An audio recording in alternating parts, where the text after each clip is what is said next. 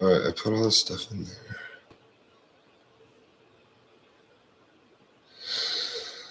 All right, cool. Of course, mine's slow. It should work. I know, it worked last time. Oh, there we go. Perfect. All right. Hey guys, welcome to our first live event, well, technically second, of Unmasked IRL. We're coming at you from YouTube, Instagram, and your Instagram as well. And today we're just going to talk about, well, what this show is really about is unmasking in real life and how we do it, how the tools to use, and just like breaking down the barrier between, I guess, between people, right? Yeah. We're breaking down the barrier. I guess we can use this too. So yeah, how has your weekend been? How was your week? How has your week been? It's been like chaotic, right? I know, yes. It's been a while. It's been like 2 weeks. Okay, so last week, the dog shelter that I'm with, we transported 11 dogs to Calgary, Canada. Ooh. So was it time for the stampede, or did you guys have any fun? I heard like the Calgary Stampede. Wait, what is that? All right, so the Calgary Stampede, I think it's actually this summer, but I hear it's the highest divorce rate week in Canada because so many people cheat, and I find it hilarious. But it's is there supposed like to be an event that goes on? That it's kind of like a state fair thing. So I'm sure it's in the summer. I don't know why I think it's right now. It's probably ice and snow there right now. Yeah. But yeah, how was that? You went up to Calgary? Yeah, I guess I went during the wrong time. I need to go during the Stampede.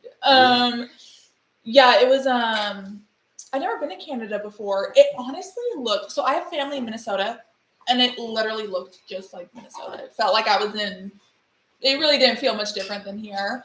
But we were only there for like 24 hours because we just flew there with the dogs, then the rescue up there, picked them up from the airport, and then we just kind of like hung out at the hotel. Well, fun. But it's cool. It's a cool experience. Yeah, you get to travel, you get to rescue dogs, and well, that sounds like a lot of fun. I mean, I have all these dogs here that I know there's 4. I know.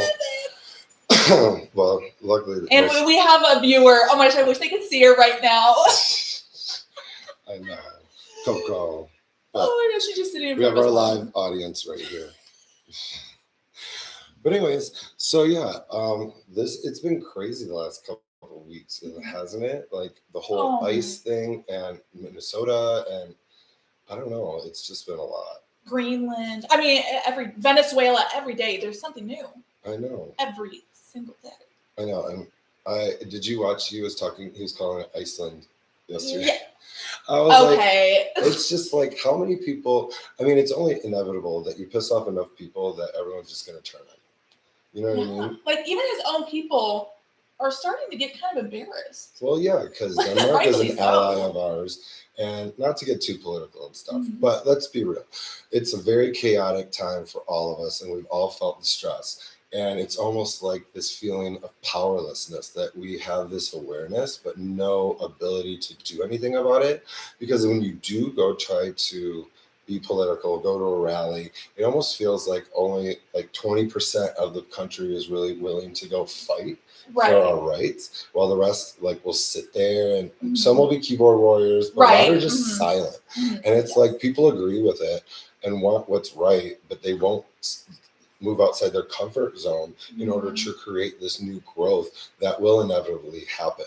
And I feel like the pressure cooker in this is like all of us, especially neurodivergents, that are painfully aware, and we have the justice sensitivity, and this just, it feels like ineptitude, like we don't have the ability to do anything about it.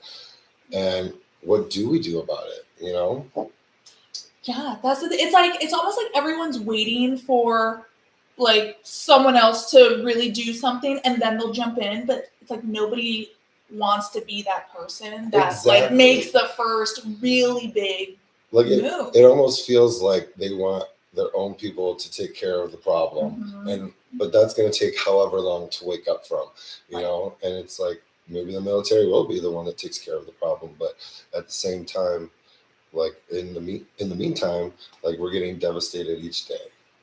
It's so And it's so much. you see that they're moving into Phoenix now? Like I saw their cars go by, and they're all like ugly navy blue with these gold ICE posts. Oh, I haven't seen the cars. Like, yeah, I saw a whole trucker go by, and they were going to the avenues, of course. But it's just astronomical the times we're living in. Like the people that are getting hurt, the children that are getting hurt. Literal chill. Like I just saw this morning, a 5-year-old was detained. Like what is like? Come on! At some point. And we're just letting them do it to our own community, and it's because half the country is racist, and and they're secret racist, and we all know it. Like it's inevitable. That's why there's so much silence in your community, but yet it's like rampaging online because it's like, I don't know. I really feel, and not even that they're secret racists. No. I think nowadays they're very comfortable just full on racist. Like it is insane. I know. It is insane. I think we're seeing so much online, but I mean, we're even seeing it in person now. I mean, they're not even like ashamed. No, and it's like even like friends that I go out with will talk about things openly, like, oh yeah, that girl shouldn't have gotten in that guy's way. You know, he's doing his job. I'm like, this has become the reason why I can't fuck with people anymore. It's like, no, if you can't see the morality issue of this, the totalitarianism of it, like you need to educate yourself, but it's not my job. And it feels like I try so hard, and I do, like I can hang out with people and not talk about politics, but it's almost like knowing where you stand makes me not really like you. Right. And I mean, really everything is political. Everything, I mean, the food we eat, the air we breathe, everything innately is political. And so you can avoid those like real political conversations, but at the end of the day, I mean, everything has to do with something political. And if you know that that person holds those values and beliefs and that's their morality. Well, it's almost now become like a privilege. It's like if you don't want to talk about the politics that everything is done or that everything is a part of, then you come from a privileged standpoint that you're not afflicted by any of these changes. And if you are, it's coming from a place of like, I'm better than you, I feel. It's like, haha, I'm better than this. I don't have to deal with this. I can just go about my life and I don't have to deal with this because everything's working in my favor. Right. Doesn't affect me. Oh. You know, and it's such an egotistical response that, I don't like to get political. But because like you said, every instance is like from farming to the food we put in our mouth to like what we import to like the meat, like everything. Like, yeah, like when you really think about it. And politics has gotten so extreme and so divided that it's just insane. I mean, 10 years ago, easily I could have been, or even 5 years ago, I could have very easily been in the same room, been friends with people where it's like, okay, yeah, we have different, what you think we should pay, or what you think you should pay taxes, what percentage, and me, like that stuff can be different. But nowadays it's gotten so extreme that I can't be friends with, or hardly even have a conversation with people that support the current administration, because it's no longer just about finances or basic things. It's like you're going to be fiscally conservative and fuck everybody else. Right. It literally is saying I'm selfish and I don't care about anybody else besides myself, and I'm not going to give a rat's ass about anybody else except what I'm doing. And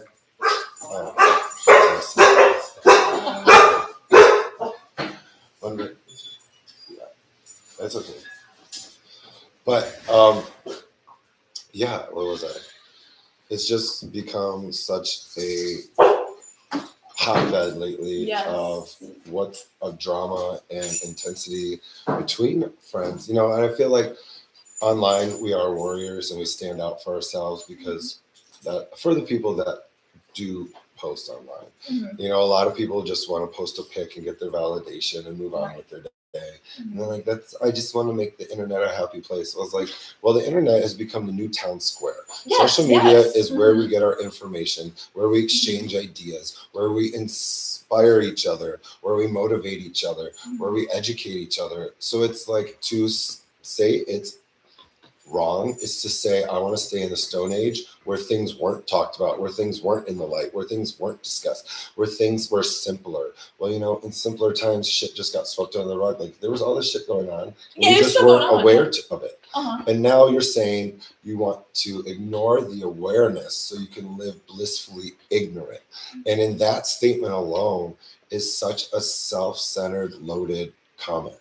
You know, people think of it, I always want to think of things at surface value, but as you learn, you can read right into it. It's like, if you stand for this, this means this, you know, and given that neurodivergent connect the dots power, and it's just like, I can't help but see the deepness of it. Yeah. Oh, that I can't stand it's not that deep. It's not that deep. No, it is. Everything is that deep. And like you don't have the capacity to see that deep. That's a you problem. That's not it's too deep. You're just being dramatic. You're being sensitive, this and that. No, you're just being stupid. I mean, like that's at the end of the day, that's what it is. That's what I'm saying. They're choosing to stay ignorant. You're choosing to stay. You started seeing some truth and you're like, you know what? I don't want to fuck with that because this is going to dismantle everything I know about myself. So we're just going to stay in this lane, and they think it's all just going to go away. Right. But really, the pressure cooker just gets hotter and hotter. And what's going to happen is we see the people that are standing for him that aren't standing up against. And it's not that you have to make yourself political. You can go about your life, you know, but I'm not the type of person that wants to deal with those people. I want people that stand up for what they believe in, and people that are just decent humans. Decent humans. Somebody that thinks outside of themselves. It's such a foreign concept here in America to think outside of your fucking self. Like, I get it. You have to be self-centered in times to grow, to glow up, to put effort into yourself. But that should be it. Like the rest, you should live a selfless life in a sense of life should be more than just about you. Because when your life is very small things that go awry make it feel like earthquakes, you know. But when we make our world bigger and we have more points to share, you know, we're also doing this. You philanthropy for this. I run this. I'm part of this. You have a huge world that when one thing goes wrong, you have so much else going right that you don't get lopsided. You don't get thrown off kilter. And I think it's important that people I think so many people are so stubborn and they don't want to admit they're wrong. They don't want to admit they were lied to or whatever the reason. I mean, ego is one hell of a thing. The shame. Yes. And it's so frustrating because I think so many people that did vote for Trump and everyone that's in power right now, it's like I think a lot of them do know that what is happening, it's gone too far, and it's not right, but they refuse to say it publicly. They refuse to do anything because of their ego, shame, whatever it is. But it's so important that people realize you can still be Republican, you can still be conservative and disagree with what's going on. You can still vote conservative in every aspect of your life, whatever, that's fine. But what's going on right now is not a Republican thing. It is just an evil crisis. Thing. Like, it's an identity crisis. What these MAGA people are, these followers of this cult, like they put their identity in him. He does this, he wants this, I want this. And it's people that don't even trust themselves, that don't like themselves, that don't know themselves, that have a broken identity in the first place, that's what cultists go towards. They need somebody to guide them because they cannot think for themselves. They do not trust their own thinking. They do not trust that they are right for this world, and they need somebody to guide them because they are so wrong. And I feel like, if, like you said, when they start to break that mask of identity of oh, well, I don't stand for this. Well, he does this now. Well, I guess I can go with that. Right. Because if you start cracking the mask, the whole thing's going to fall off. And then you're back to square one of not liking yourself because you don't accept yourself, because you're not willing to have an open mind. And it's really just self implosion. And it's really, I do feel bad for the people that do create such an identity behind this. It's like, the Trump derangement syndrome is the fact that you think he was right for everything he does. Right. And I don't understand. Yes. That's why they flip it on anybody that talks about him. And I was like, that's the biggest narcissistic move you can do is tell everybody that they're sick for having a problem with how you do things. Well, that's just the normal human response. You should be questioning your government. You should be questioning power and authority and what people tell you, or else you are not a critical thinker. You are stupid if you do not question authority. And you can choose to be stupid, or you can actively be stupid. And that is what I think stupid is like you are choosing to stand up and ignore when you know what's right, or choose to stay ignorant. Yes. You know what I mean?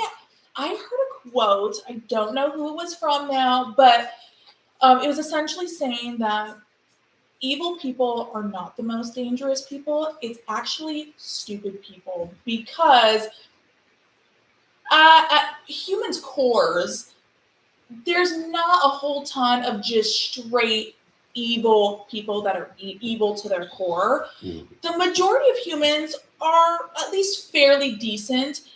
And the reason why so many genuinely evil people are able to have the power that they have and to exist and hold the positions that they do is solely because of stupid people turning their eye, so blindly supporting them. That is why. Without the stupid, ignorant people, truly evil people could not exist with the power that they have. Well, what it is they learn that they can't get anything out of life where they were conditioned. I feel is the only way to get things out of life is through force. This is taught to them in childhood, or that emotions aren't a thing that you give people. It's money, like it's transactional. These people are full-blown narcissists from the beginning, because it's a thing of narcissism is like almost like a thing you can shift into as well. It's like we could all become narcissistic. It's a survival tactic of like self-preservation.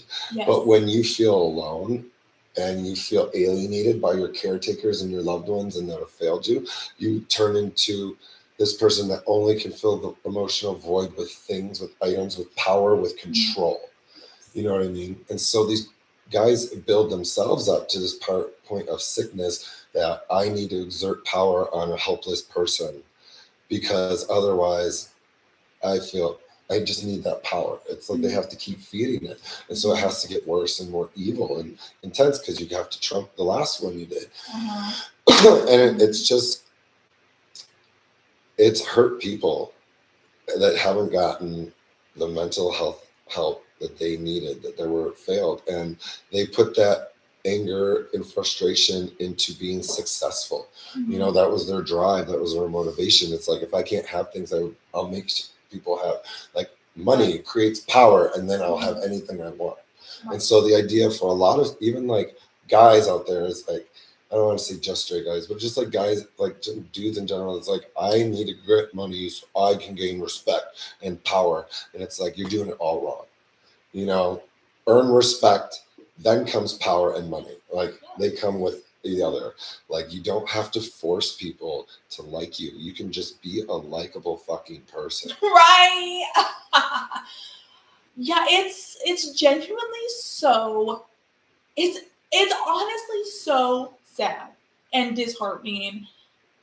Like, there have been so many times where, like, I know so many people treat politics and everything like a sports team, where they're just trying to own the other side. And it's so disgusting, and it's so sad, because people are genuinely dying. We're all collectively losing our rights. There is, I mean, I don't even know how America at this point could ever fully come back from this. We have pissed off pretty much all of our allies. This is one of the biggest, besides slavery, this is one of the biggest stains on American history. And I don't know how we'll get this back. will go down in history as big. I know Yeah. it'll end with a bang, and it's not going to fizzle out. Right. And it will be a stain on our American history. Like, we are the laughingstock of the world. Yes. Like, considerably. Like, our neighbors, our allies, like, we won't have any of that. Right. And in the end, we're just going to alienate ourselves because some fuckery people just can't be decent, in a sense of, not even great, just decent. Just decent. It's like, if you weren't a hurt person, you wouldn't want to hurt people. Hurt people. That's how it rolls. If you can fix all the problems inside that are making you want to inflict pain, power, control onto others, it like kind of goes away. It's like, why do I need other people to validate me when I can validate me? Because I love myself, and I'm confident, and I trust myself, and I have my intuition, and it's to a point that's like, not out of necessity of being a grown adult, but not out of necessity of wanting and needing. I don't know. It's interesting. Yeah, it's sad. I mean, I have a 12-year-old son, and it is so disturbing to me. And it's the amount of days where I have just like genuinely sobbed in my car, because you do end up feeling so helpless.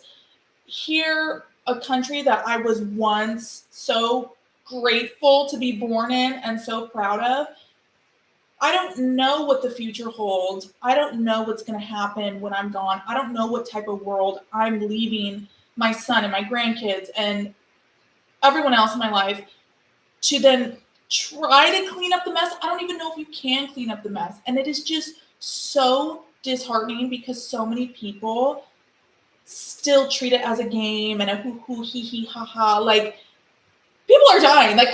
People are dying. Children are dying. Like, for God's sake, what the hell? And it's not a side thing. It's like a humanitarian crisis. Yeah. It's like, why can't we treat others like we want to be treated? Like, why can't we respect others that aren't like ourselves, like actual human beings? Why does humanity need to be a political issue? Why are we even fighting about? I am so lost. Why is that even something that is a topic to fight over? Like, what?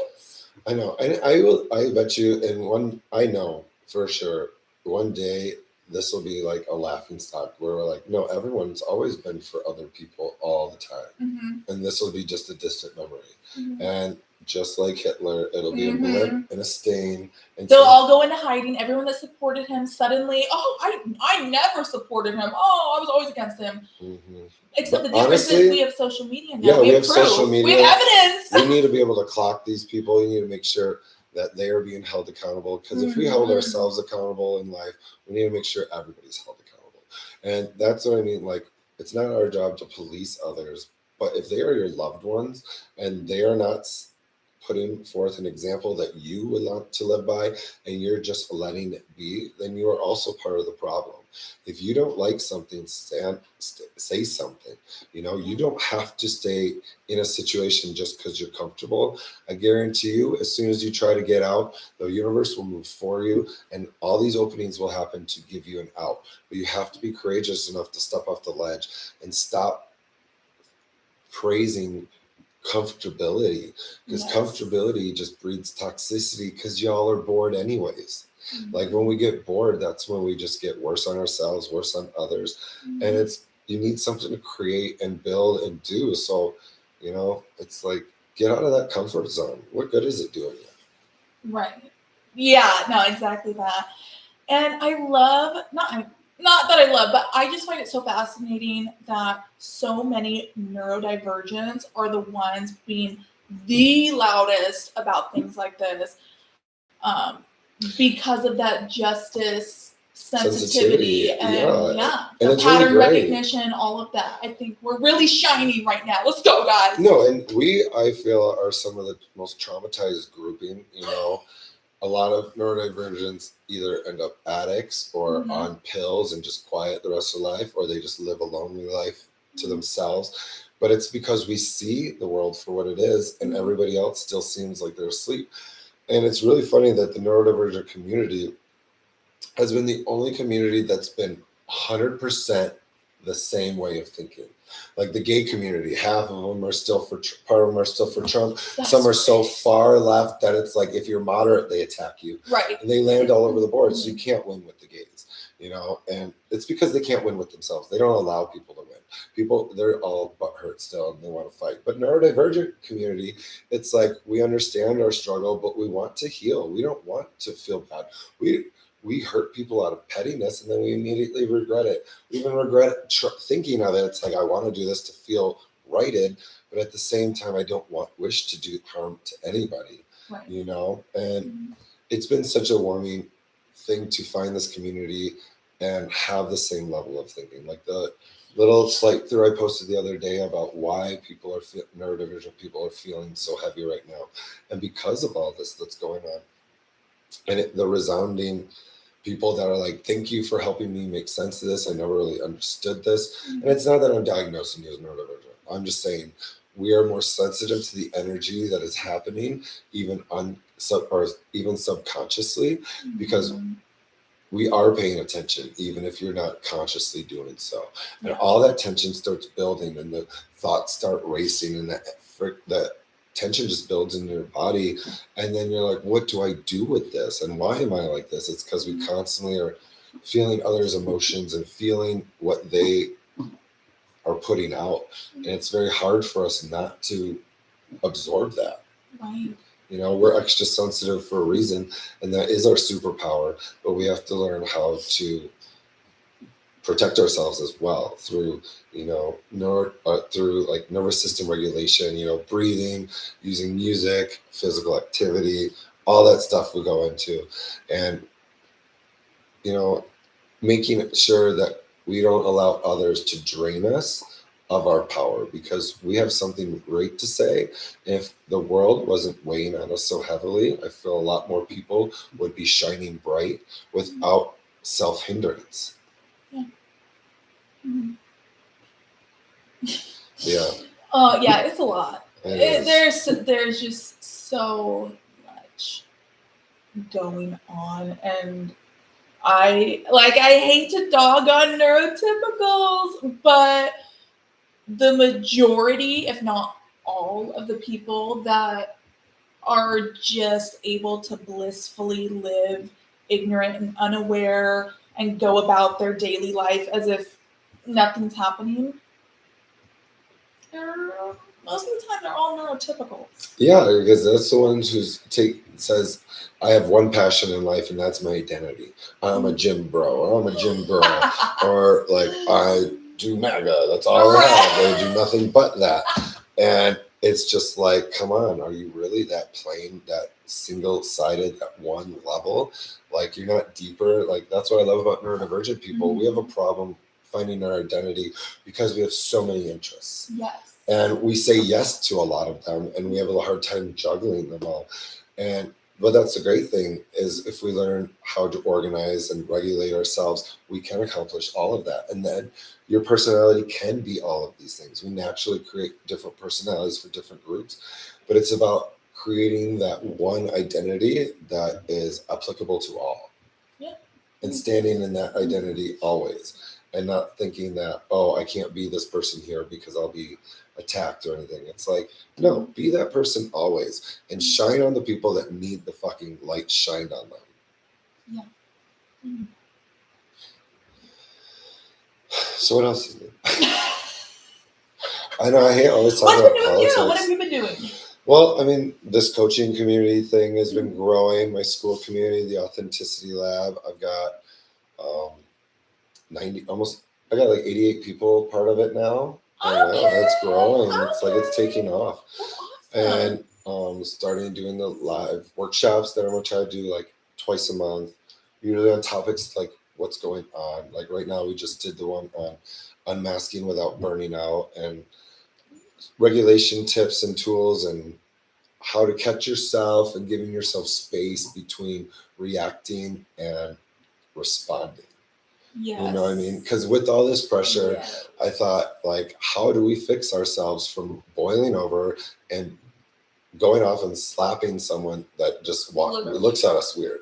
And because that's how I've been feeling. And so we talked a lot about catching our racing thoughts and being able to put it on trial. Like, is this fact or feeling? You know, if it's just a feeling, it's an assumption and it's not a proven fact, then get rid of it. It's not doing your thinking any good. It's just making the anxiety you have worse.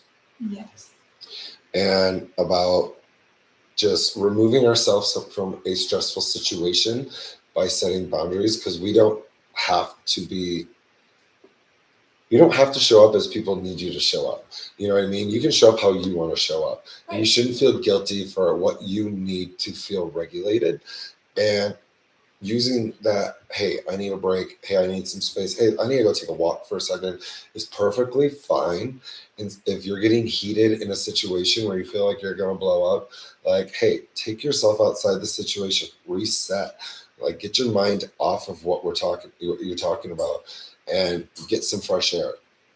Going outside for walks, you know, listening to music, dancing a little bit, singing a little bit, anything to get you out of your mind and into your body to help you just de-stress through all that, because that will keep you more regulated to keep going. When we keep absorbing all this tension and other people's shit and what's wrong with the world and not giving it a place to go, it just builds inside of us. Until you snap. Exactly. Until you And then you're wondering, why am I crazy? Why am I bipolar, snapping at people? And it's like, no, it's because you're not dealing with the energy you're accumulating. You need to disperse it as well. And that's through the creativity. It's through the physical activity. It's through anything that gets you creating with your hands or mind or anything. You know, it puts that energy to good use. It's like, if you're frustrated, go make a video about it. Go make a blog about it.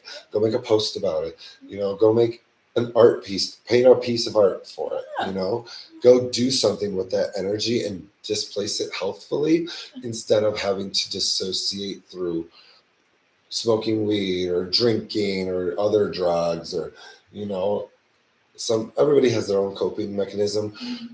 But really, people get confused at what addiction is. Addiction is something that takes you out of your normal day-to-day life, that really keeps you from your flow.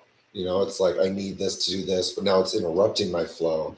So when things start to interrupt your flow moving forward, those are the habits that need to be looked at, addressed, thought about, because those are what are holding us back. Sometimes at one time they may have been beneficial for us, but as we grow and as we change and mature, what are useful coping skills may not come with us, because that helped then in that situation. But now you don't need to be dissociated.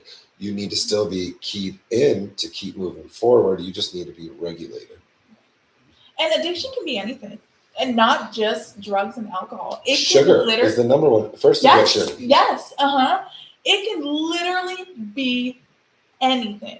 It can be exercise, you know, like it can be controlling of your food, you know, like anorexia.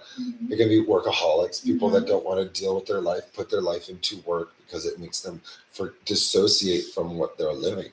You know, it's the same idea as that we are multifaceted beings. And to think that we have just one or two interests and life is just supposed to be lived or like survived and not really lived is what's keeping a lot of us stuck. You know, we think we want this comfortable, bougie life, but honestly, for cheap, you can have a comfortable life nowadays. You can be a lazy son of a bitch all you want and do the bare minimum and still have a roof over your head and have TV and have the internet and have a social media. So why do people think so little of themselves that they can't accomplish anything? Like, is that why you stay stuck? Is that why, like, I still stayed stuck because I lost my path, you know, and I was only stuck for a couple of years, maybe 5-6 years while I was trying to figure that out. And, you know, that during that time, I went through a lot of hard living, I guess you would say, through hard relationships, you know, traveling, partying, all that. I really lived life. And then it just got boring. And I was Right. like, well, okay, now we need to go back to what I'm supposed to be doing here. And I'm 100% that we all have a path in life. You just have to unfuck yourself in order to find it. You know, we have to do that inner work, that shadow work, that familial trauma that gets passed down to us. We have to work on that shit so that those blocks are what will unleash us to our path. It's almost like hurdles or like brick walls. You got to break them down, and then you're going to have a clear path. And it just gets easier and easier the more you do it. And it's not linear either. Yeah. It's something that you continually have to work on, and it's going to look different for everyone, and it's going to constantly be changing. You're constantly going to be going through new experiences, new perspectives, new mindsets, everything. And so it's not something you can just work on and focus on once and then, okay, I'm good for the rest of my life. It's something that you continually have to work Exactly. It feels like, honestly, growth feels like you're going in loops. Like you go forward, but then you're like, you loop right back to where you were. And it's like, all right, I did all this. I went up, I went sideways, I did all these other things. And now I'm back where I started with this other thing. And I have new eyes and new perspectives and how to break through that barrier. Right. You know, and if you're ever stuck and not knowing where you need to take a step next, look at what you're afraid of doing. What you're afraid of doing, like that conversation that needs to be had, that the project that needs to get done, even that art creative piece that needs to be started even. A lot of it, we are stuck in our comfort zone and we get so comfortable there that we get afraid to leave it. But we forget that in childhood, we're not even in a comfort zone. It's constantly a state of immersion, learning, and exploration. And that's really what you have to get back to, is like this life of adventure. Because life is an adventure if you allow it to be. The people that are there like, my life's so boring, it's because you keep saying no to life. It's because you keep saying no to things that bring you closer to you, because either you feel guilty, you feel shameful, or you feel like you don't deserve it. And it's all stems from your inner child, and your shadow work of what your parents taught you, what you provide, the people that sought over you and help you grow. It's like a lot of people didn't know about that stuff, so they didn't know how to teach it because that was the trauma.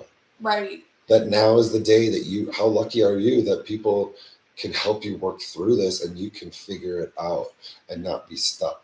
Now it's just a matter of willpower. Are you willing to get the life you ask for, or are you willing to stay stuck and let things rot? Because that's what they do, they rot. You know, if a relationship stays stuck, it rots. You know, if a job you get stuck at, it falls apart and you get fired, or you don't like showing up anymore. Any relationship, even yourself, like if you stop showing up for yourself and taking care of yourself, you rot away. You get fat, you get sedentary, you lose strength, you get health problems, and I don't know. No, I think it's so the inner child work and shadow work, everyone needs to be doing that at all periods of their life. That is so important. But I also I like that you mentioned just like view life as an adventure, because it doesn't matter what your religious beliefs are or any of that. We can all speculate what comes next, but nobody knows. And so all we have is this moment right here. We don't even have the future for sure. So like the whole reason and purpose why we're here, and the only thing that we can do is just enjoy life, create a life that is worth living for yourself, is worth the people that you love being involved in. Like, life really is an adventure, and you can't just focus on the future or the past. You have to focus on the now and Well, that's where our power lies. Yeah. You have no effect in the past. It's Mhm. done. All you have is lessons and what to Mhm. learn, how to move forward with. Mhm. And if you're stuck in the things that were done in the past, you haven't learned your lesson from them yet. If you're stuck in the past, you need to go to therapy and you need to talk to somebody about it and work through that trauma. And people that are anxious and overthinking about the future, it's because you don't trust yourself yet. You don't have you and how dare you for assuming what the future holds? First of all, you're not psychic. You, no matter how good you can connect patterns, you do not know all the variables that mix in to what's going to happen next. Most often than not, that anxiety are assumptions that are your or storylines that you're letting run rampant with no actual fact to weigh it down. So if you can't predict the future and you can't change the past, your only power lies in the now. You got to stay present to be able to have conscious responses, not reactions. Because if you're reacting, that is an unregulated nervous system that snaps before you do. And if we regulate that, give ourselves an option to respond in the moment, you can set boundaries and choose paths that lead you back to the authentic you. The And you can idea, be in control yes, instead of you're in letting the control. reactions control your life. You can be in control. Exactly, and that's what it is. Authenticity is allowing you to be in control. And we have to do the work to make ourselves not hate on other people. Because when we do hate, it's an internal judgment that you're having against yourself, really. Yes. And you're seeing somebody be themselves, and you're like, no, that's not allowed. And that's because you've learned that, and that's bad programming. And you got to unfuck that. And once you unfuck all the things that are holding you back, there's just this clear path that is light. The clarity of it is just light as day. Yeah. Go back and feed into the things that bring you to you, that you love doing, not for anybody else, but for your own guilty pleasure. As long as it's healthy for you and others, like I said, an addiction is only an addiction when it's taking you outside of yourself and outside of the life you're choosing. Mhm. I mean, there's of course physical addictions, and then that's a physical thing, but we're talking about like dissociating within Mhm. control. Once we get to addiction, then it's a whole other thing. Right. Yeah. And that's mostly just about it still stems from understanding that you want to live a life you show up to, not a life you're trying to run away from. Yeah. Because if you have a life you want to show up to, you won't want to distract yourself from it. You will want to be 100% present in every moment, because every moment brings you closer to what you're looking for. I know it sounds crazy, but this growth path has taught me a spiritual path like none other. And if you allow it to do its job and you stop saying no to it, it'll happen. Yeah. I'm so guilty of that, where it's like when I get overwhelmed with life, I just dissociate and go into survival mode where there is no purpose really to my life. There's no goals, there's no nothing. It's literally just waking up, surviving just so I can go to bed and then start it all over again. And that is not living. No, I get it. Groundhog's Day is real. Like even this, like doing what I'm doing, it's like it can feel repetitive day to day what you're doing, but that's why you need something creative that takes you a little further than you were the day before. If you put something into it, like a hobby or a passion or just something that enlivens you, you know what I mean? And because it's so easy, I've been guilty of this where I just want to shut myself in and, smoke a bunch of weed. And even I used to drink, but honestly, I would just pass out. And I'm like, well, I didn't even process this stuff. But, like you'll want to like shut yourself in and, so dissociate and really just like go through things and ruminate. But really, you're just feeling sorry for yourself. And it's like, that is victimhood. That is victimization of yourself. And you are stronger than that. We are all stronger than that. And it's about wanting something to live for, And yeah, I don't think you're ever too old no, to have a passion, to have a hobby. It's almost like people think that once you become an adult, you can only focus on work, family, and really that's it. Because like every time I ask, one of my favorite, I hate small talk. I'm sure most neurodivergents can relate, hate small talk. And so my favorite thing to ask people is like, so what excites you? Like, what's your passion in life? And not a lot of adults can actually genuinely answer that. no one can. Oh my God. And I'm That like, is so wow. true.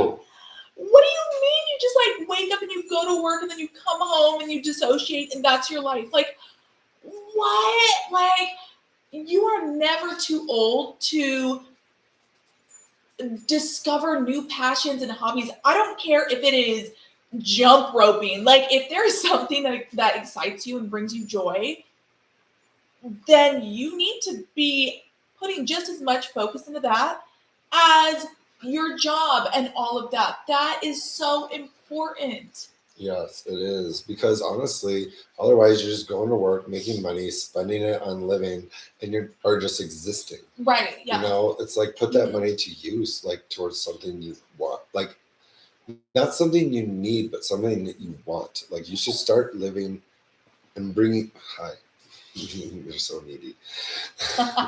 Not you. I love Didn't get, audience. I know. Not that they didn't get tons of walks in a park earlier, but they love to be in the limelight too.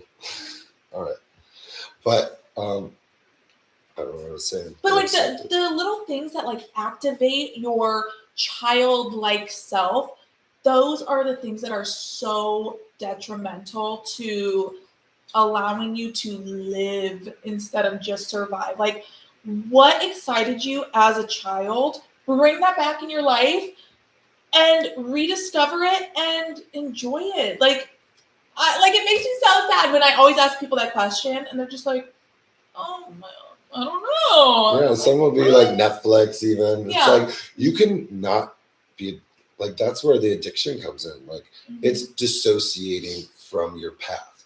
That is addiction that you rather dissociate than show up. And that shows up in Netflix and in binging TV and binging anything. Any binge is a dissociative thing in a sense. And that's what we have to be aware of is that these things aren't bringing us happiness. They're bringing us contentment in order for us to continue on. But that's just based on what you know. And really is what we're saying is like dive into what you were passionate about as a child. You know, a lot of kids will be like, oh, I like to color or dinosaurs, whatever like that. But really you had passions, you had dreams, you had ideas of where you wanted to be. You liked animals, you liked this, you like that. And it's like, those are the things we have to pay attention to. And those are who we are. Because honestly, a healthy grown adult is somebody that's a grown child with adult money and has an adult side to protect the child side, but can allow the child out to enjoy life and to see life through joy and positivity instead of negativity and jadedness.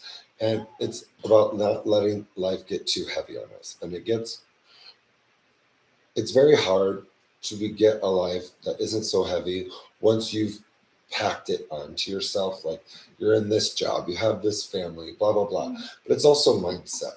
You know, stay grateful for what you do have and take one thing at a time that can take you back to you.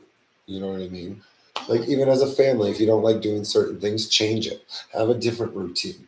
Instill moments that you want to be a part of. Create the world you wish to live in. Don't wait for it to be created for you because no one's inside your head knowing exactly what you want. You have the ability and the power to put it into motion just by saying, hey, instead of sitting on the couch and watching this tonight, I'm going to start this one thing I've been wanting to for years. Would it be a novel or this idea of really investing in ourselves creates this, what do I want to say? It's imposter syndrome. It's like, well, I'm not a specialist. I'm not anybody. Well, you know what?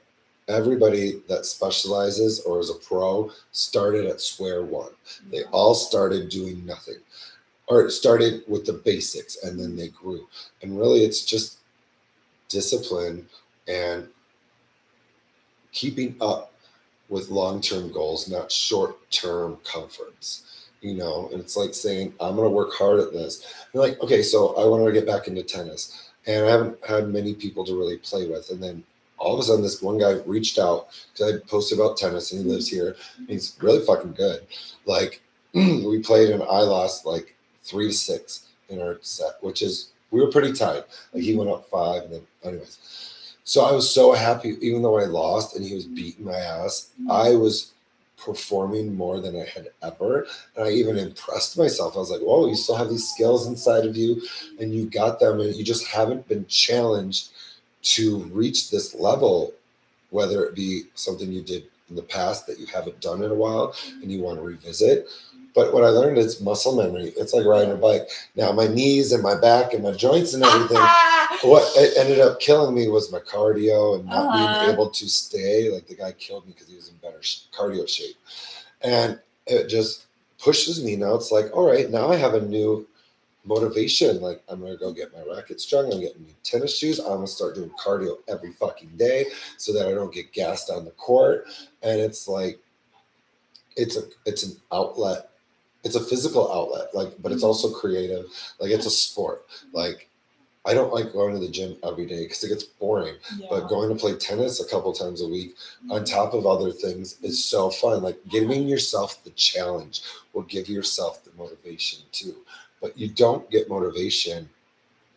It doesn't just happen to you. You have to start to create self-trust, to create confidence in yourself that creates the motivation to keep going, that you can actually do this.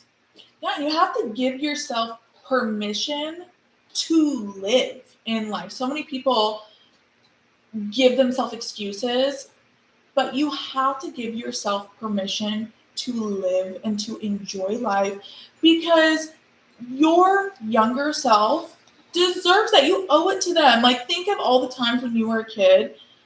At least, like, I can speak for myself. So many times I would think, like, oh, when I'm an adult, I can't wait to do this. I can't wait to be able to do this. And then I turned into an adult and didn't do a single one of those things. And then one day I was like, oh my gosh, like, how sad of me to betray my child self that wanted to do all these things once I had the freedom and the money and all of that to do so. And so give yourself permission to live out the life that your child self would be proud of and would be so excited to live. And let's be real, like, if you're working to save, you're already losing. Like, you cannot work to save to create a life. You have to work and spend to, like, proactively to create a life that you want. You know what I mean? Like, don't be afraid of not having money. If you're living your true self and you're living within your means, I will say, if you don't have money, act broke. Stop acting like you got all this money to try to pretend that you have clout and all this stuff, because it's keeping you stuck. Because now you've created a life that you have to keep up. You have to keep working because you keep draining. And it's the same thing. You got to hold up that facade. Yeah, and a lot of times, like I say, addiction is like you sit at home and you're doing shit. But really, it's people that go out spending money on dinners, that are going out drinking all the time, that are going to shows all the time. If you're going to the same shit every fucking week, and it's not bringing you enjoyment anymore, why are you doing it? Like, that's dissociating. That's getting outside. That's saying, oh, this is what I need to do in order to show up for my life. It's the same fucking thing. And it's like, if you create a life, like for me, like, I had to start with me understanding that if I don't have money, don't spend money I don't have, and live a broke mindset.